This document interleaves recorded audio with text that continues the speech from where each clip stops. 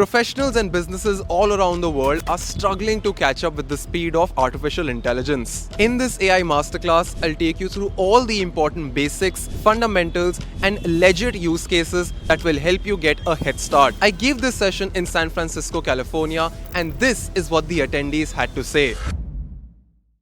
Ansh is very engaging and overall he's a great speaker. I came out with so much value and I was engaged the whole time. And he was very good at carrying one thought to another thought to another thought.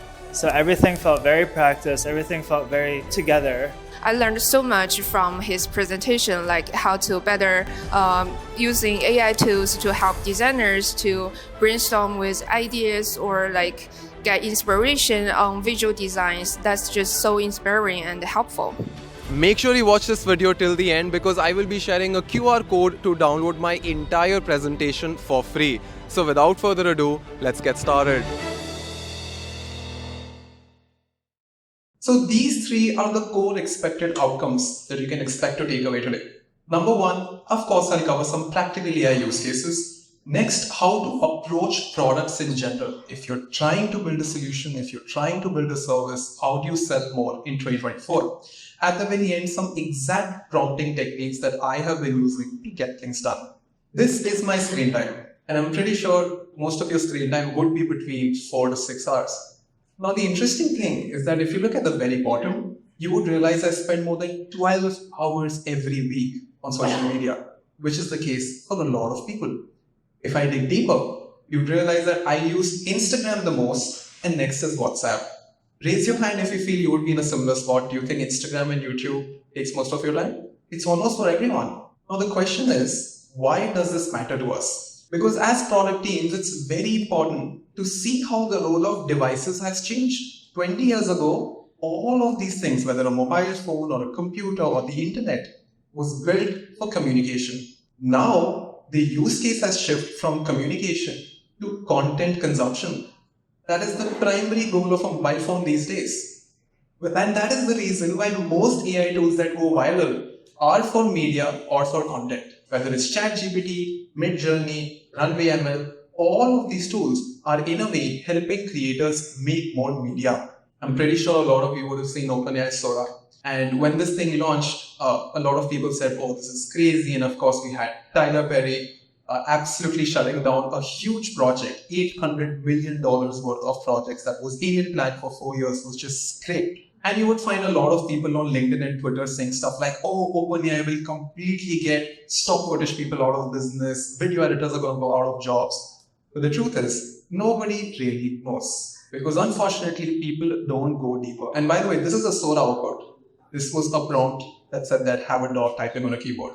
Before we move ahead, I'd like to thank today's sponsor, Odoo, a suite of more than 70 business management apps, including invoicing, accounting, project management, inventory, website, e-commerce, and a lot more. And all of these apps can help you manage your entire business on a single platform. In our previous video, I showed you how to use their project management and invoicing apps. But today's tool is going to be an asset to every freelancer or business owner watching. This is Odoo's e-sign app, and it allows you to send, sign, and approve your contracts and documents online. I know so many freelancers struggling with client contracts. A formally e-signed contract keeps your client liable to pay on time. First, go to Odoo using the link in the description. It'll open up the eSign app. Upload and open up the document on Odoo eSign app and then drag the fields that you want to be filled by your signatories.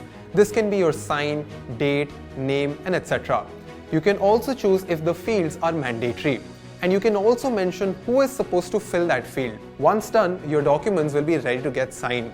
You can share them with the other party who can open the document online and sign it very easily. So instead of signing documents physically with so much hassle and error, you can use an all-in-one platform like Odoo. You can also have the first app for free, and if you want the entire software, you can get it for a monthly cost of Rs 580 per user per month. So check out Odoo by clicking the link in description and pinned comments. Now, let's get back to the video. Now that the hype is all pumped up and I've given you some dopamine shots, let's understand the agenda for today. We have 3 modules and each is 10 minutes long. First, I'll give you some very common patterns that unfortunately very few people are noticing. Then, I will tell you how do you design products with AI in it, how can product teams, designers and professionals use AI to come with better ideas. And at the very end, we have questions and a quick break time so that everyone can just speak to each other. Let's start with model number one, some very common patterns nobody is seeing. See, our day-to-day work is split into two categories. We have execution and we have ideation. And for a very long time, people were paid even if they simply executed. Which means that if you knew a software, you were getting paid well just for the ability to click and use that software. But if you realize, you know that the evolution from an individual contributor to a high-level VP or a manager basically meant that slowly you are paid for your ideation and not execution. The biggest of managers are not sitting on their computers learning different tools. They've become really good at pattern recognition, the ability to influence people, the ability to bring people together and just sell ideas. And a lot of it works around ideation. 10 years ago, companies loved hiring specialized executors. So if there was a very fancy temp stack and if you were extremely good at that one specific skill, companies loved you. And that is why almost every big software 10 years ago was designed to serve these specialized people. Let's take an example that we all know of, Adobe Photoshop. Adobe Photoshop was built for specialists, people who only knew image editing, who were extremely obsessed with editing images.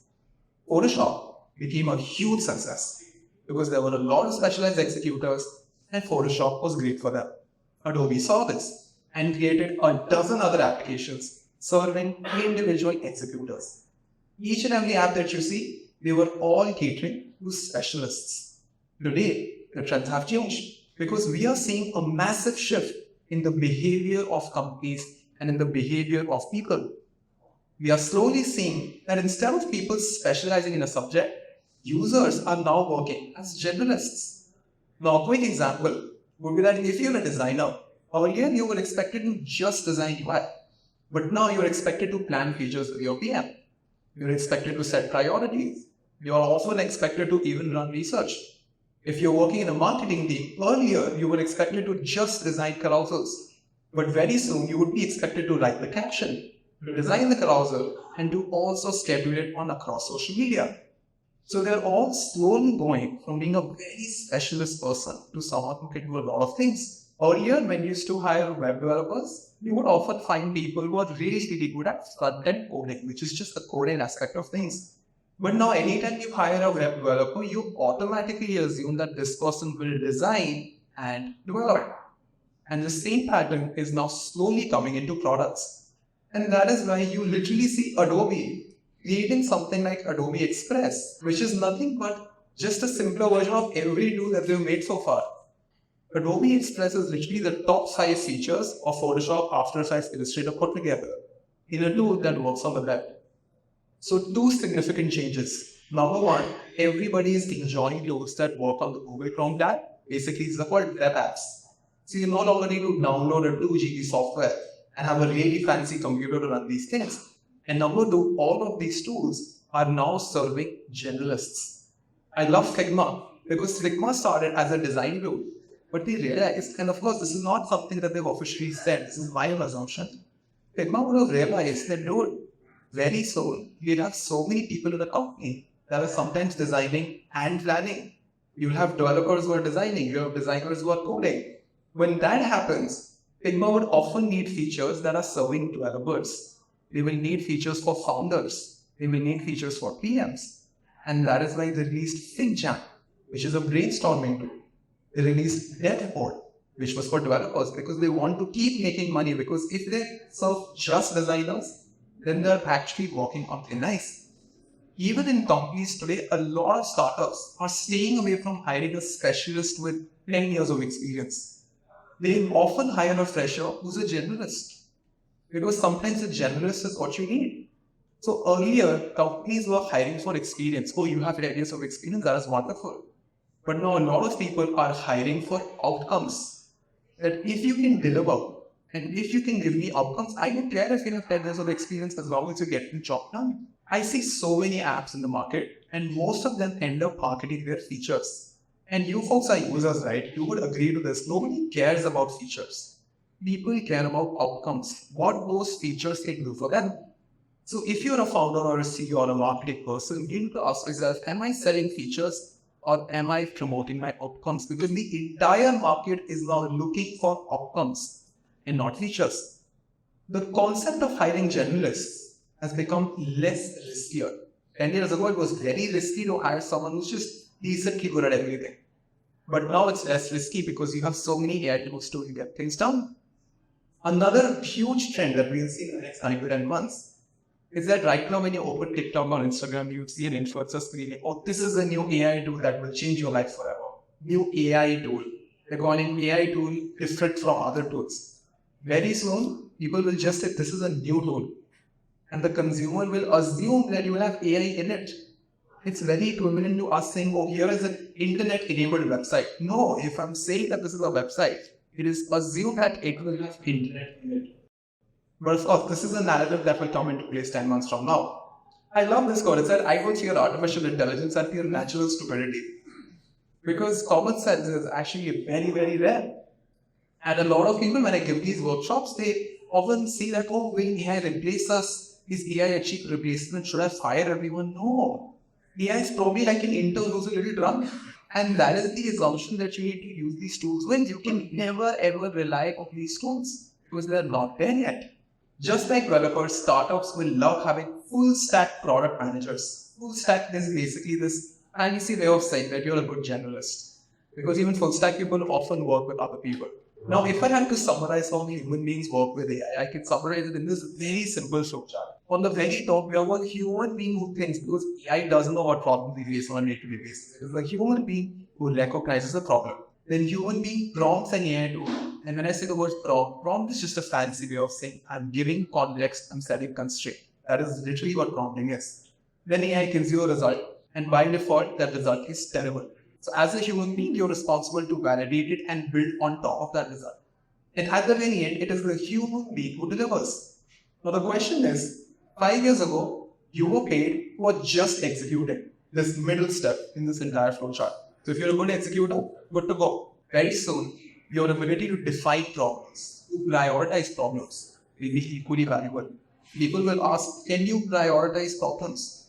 Can you actually refine your problem statements? Can you actually identify what is worth solving? You will be paid for your ability to prompt AI tools. And when I say prompting, it's just you giving context. And most importantly, you will be paid for validating whatever AI gives you. And you need to be pretty sharp for that because AI will already do like decent stuff. And if you're a decent professional, obviously you would not know what to add on top of what AI gives you. So you need to be really good in order to validate and improve what AI gives you. And of course, this last step, very, very underrated topic, just your ability to influence and sell ideas. And I'm pretty sure if you're noticing all of your managers, you realize that they are incredible storytellers, extremely charismatic people who are very, very good with their words. So the entire science of using the right vocabulary, of using body language to bring people together, that is a skill that's going to be very more valuable in the next 2 to 3 years now. And of course, this is an iterative cycle. If you're working on a project, you would come to the last step, you realize, oh, I have to go back. I wrote a terrible prompt. So it's like a circle. You keep on iterating again and again. You will never get a great outcome in your first attempt. You have to be very mindful of that. You can't complain about AI outputs until unless you iterate at least 3 to 4 times on the tool. It never comes well the first attempt. It might sound very obvious, but just reiterating it so that you folks know. Humans are hooked while machines are learning. Unfortunately, this is the sad state of where we are today. Your Instagram probably knows more about you than your partner, and it knows how to keep you hooked. And it's high time that we unhook ourselves and actually get into learning more. We have to get out of their screen time loops. I saw this extremely weird and toxic tweets that if you're not working multiple jobs with ChatGPT or leaving money on the table, this freaked out guy, 10 desktops in front of him. Of course, this is a joke. Right? It's an exaggerated statement. Of course, I want to point out that we have a very special guest with us. We have Jason at the very back. And so Jason has this Instagram page called My Tech CEO. And totally amazing stuff. You should check that out. And the thing is, even though this is a meme, this is signaling to something very important. It is signaling to the fact that one person can now do multiple things if that person understands how to leverage AI. You folks know Scott Belsky, he's the one who created Behance. Behance is this platform where designers show their work. And he said, collapse the talent stack every chance you get. It's just a complicated way of saying that you simplify the number of people that you have in a team. You simplify responsibilities, where one person can do a lot of things. And of course, this is a pretty detailed read. I've just cropped out everything else. But the important thing here is that we folks need to have certain realizations before we plan 2024. Now, we have two modules today, right? And each module will give you 3 takeaways. And we've just unlocked the first takeaway from our module 1, which is users are shifting from being specialists to generalists. So if you're a professional in the market, you need to ask yourself, am I focusing too much on being a specialist? Am I creating a product or a service that is only for specialists? If you are, you might need to rethink your strategy. Sam Altman says that there will be soon $1 billion company run by just one person, and I get what he's saying. It actually is a signal very similar to that tweet. Because if you're a specialist freelancer, you are actually walking on thin ice. It's better to be a one-person end-to-end agency where you're learning these AI tools and helping people run end-to-end services. Because every consumer would eventually expect that. How many of you know this word arbitrage? Raise your hands. Nobody? Oh, okay, almost like half people. Great, that's amazing. Let's quickly revise what arbitrage is, because this is personally one of the most interesting topics that I have ever read about. And this one single topic has helped me make a lot of money in my personal life. Let's assume there are 2 different markets. When I say markets, let's assume there are 2 different cities. We have market A, and then we have market B. In market A, you have many copywriters. And because the supply of copywriters is really high, you can make up to $5 per LinkedIn post. In market B, you have no copywriters. And because the supply is really low, you can make up to $10 per LinkedIn post. It's the same skill, but because you're selling it in a market where the supply is really low, the margins are really high. The arbitrage is the concept of hiring people from market A and selling them to market B. So you pick people from here and then you sell them in market B. But this cross-selling is not sustainable forever. Because after 6 months of you trying, you realize that both markets have many copywriters. So there's a limited window when you can make money. Arbitrage runs on the concept of shrinking windows. And a very similar trend is happening in AI. We cannot expect to learn some AI tools and expect to earn money forever. It doesn't work like that. There's a very short window, 3-month window, 4-month window. You can make as much money as you want in that arbitrage window, but it doesn't last forever. Similarly, you cannot expect to build some AI tools and expect to earn high forever. So it goes both ways. So that unlocks the second takeaway, that there is a limited window for making money and it shrinks as time passes by. And most importantly, learn both what AI can and cannot do. People are not openly discussing what AI cannot do. So what do I mean by that? A very, very significant shift. Because I see a lot of LinkedIn posts like, oh, take your article, take your tweet, put it into ChatGPT and get feedback on that. No. Never use AI for your final draft. You always use AI for your first draft. You get the ideas and then you build on top of it. This is a complete 180-degree shift. So you use AI for your first draft and never your final draft.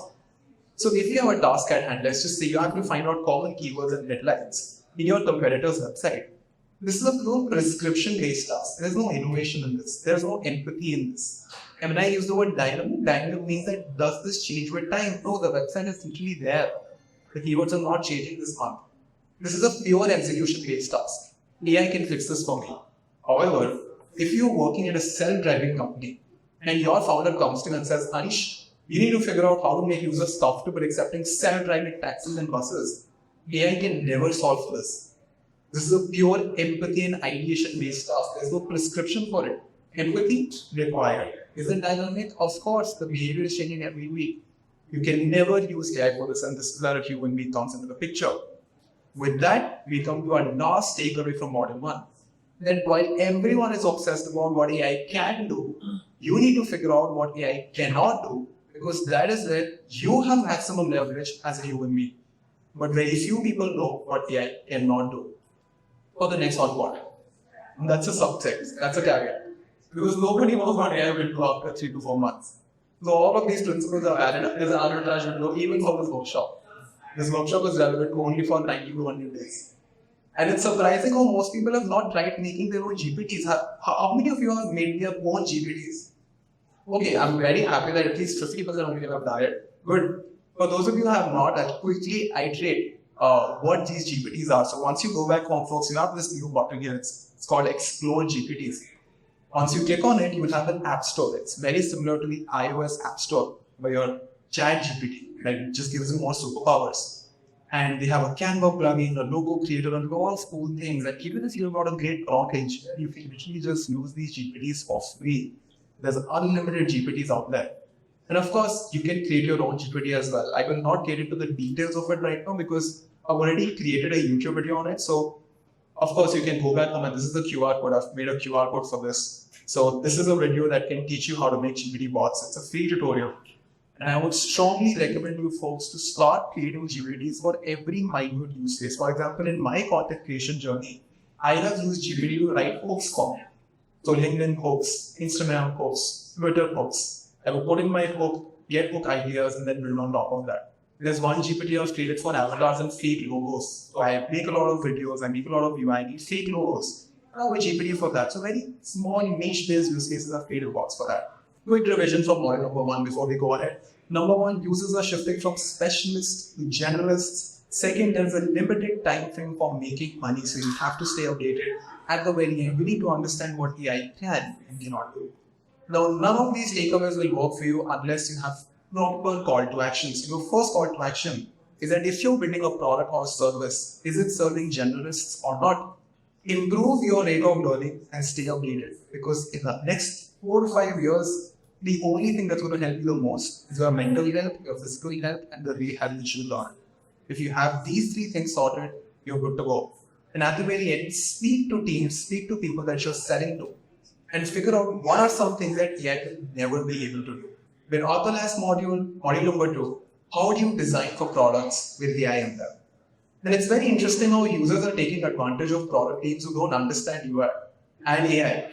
And it's very funny because I saw the screenshot of Chevrolet and they had a chatbot running on ChatGPT.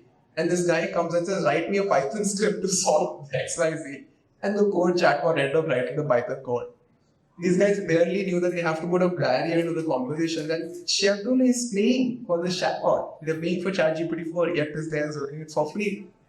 Air Canada actually lost a case because their chatbot gave wrong information about refunds.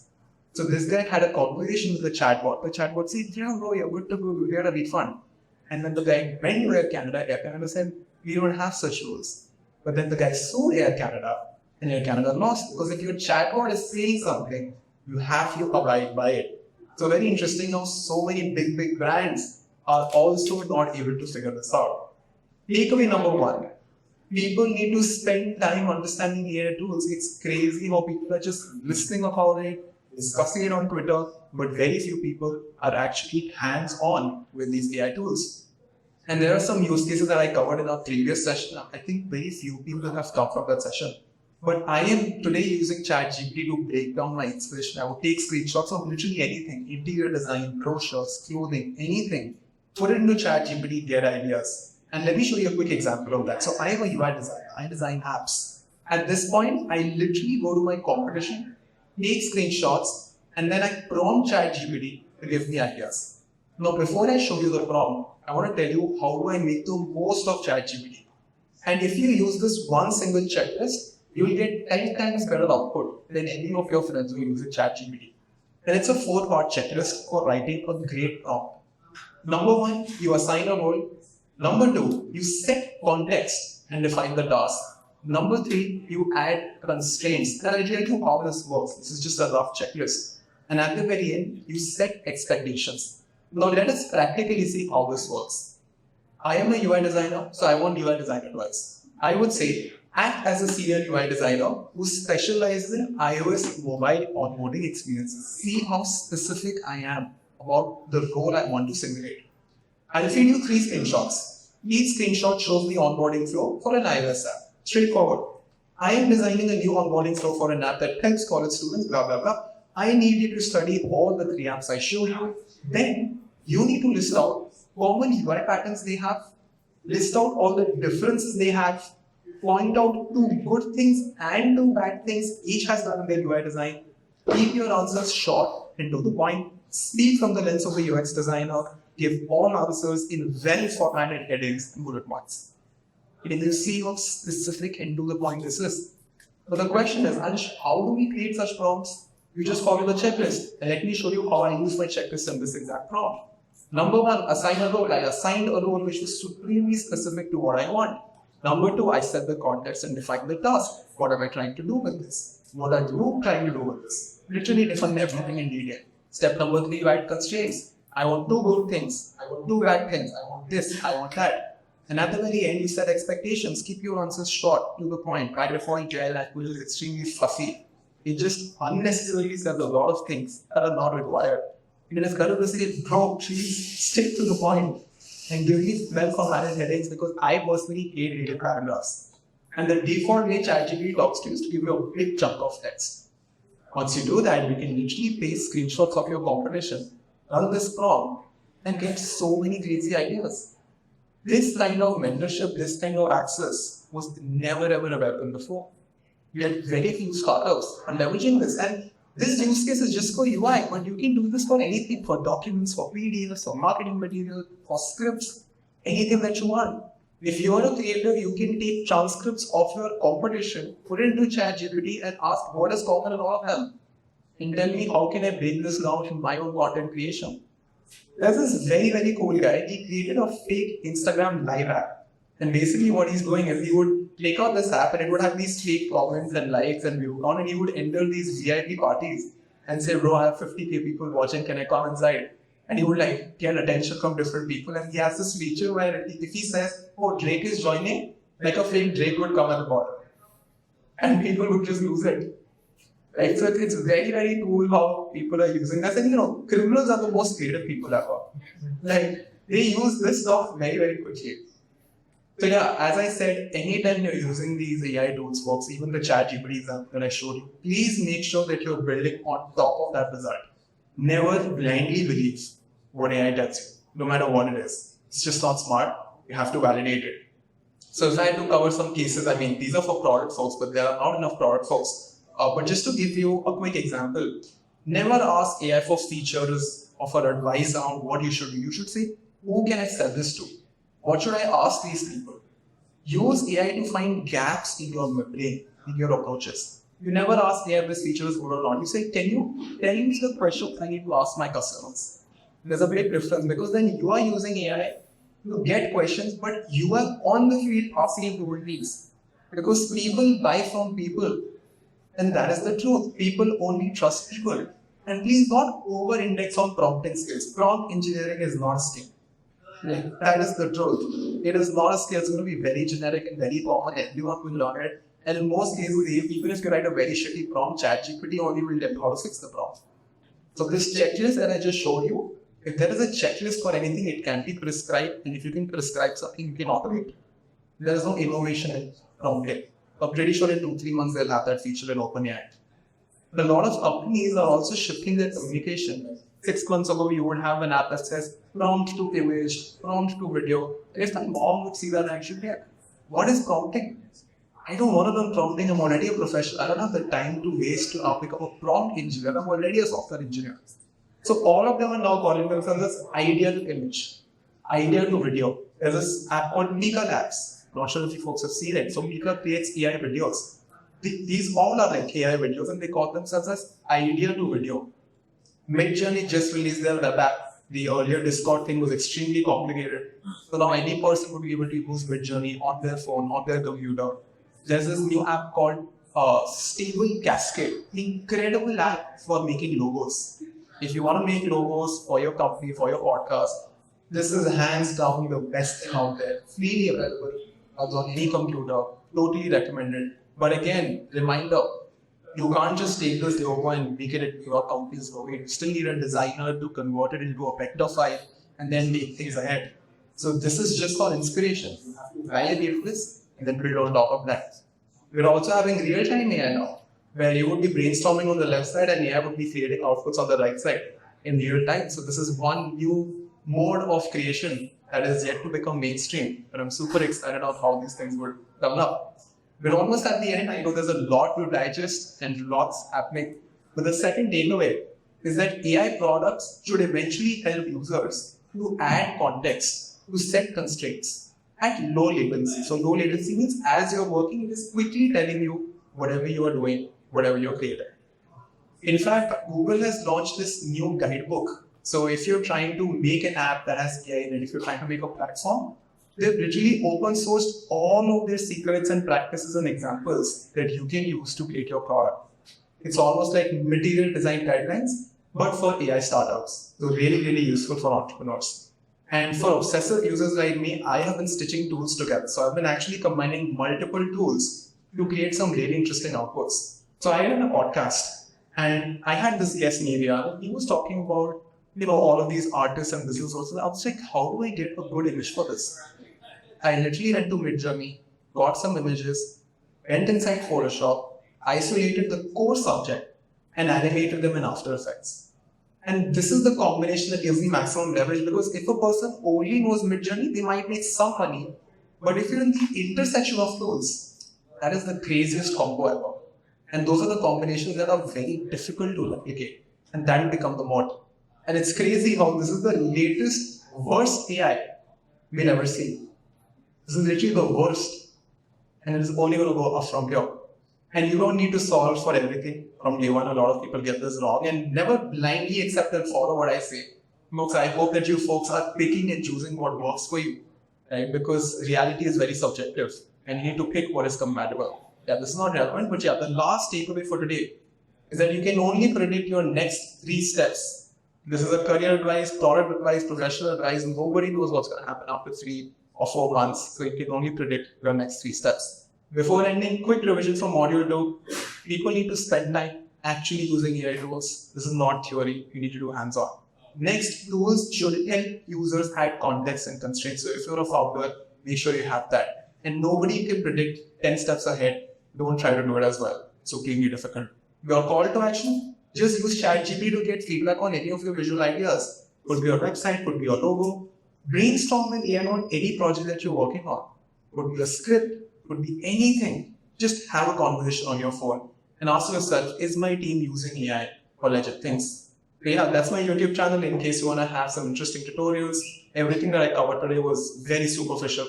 The real stuff is actually on my YouTube channel. I would need like an hour to discuss these things. And yeah, these are 6 takeaways, everything we learned today. So you can just quickly take a picture in case you want to summarize and just try to do at least one of those things. So these are the 6 things that we had. These are all the 6 call to actions, all summarized in one single place. If you do even 2 of these 6 things, I'm telling you, your ROI will go 10x. The thing is, even after so much of theory, very few people will go back home and actually follow the call to actions. Please make sure you're one of those that actually follow. With that being said, I hope this made sense to you. This was Anshmara signing out. Thank you so much, folks. If you enjoyed this video, then do check out this video of the same series. I am sure that it will help you even more.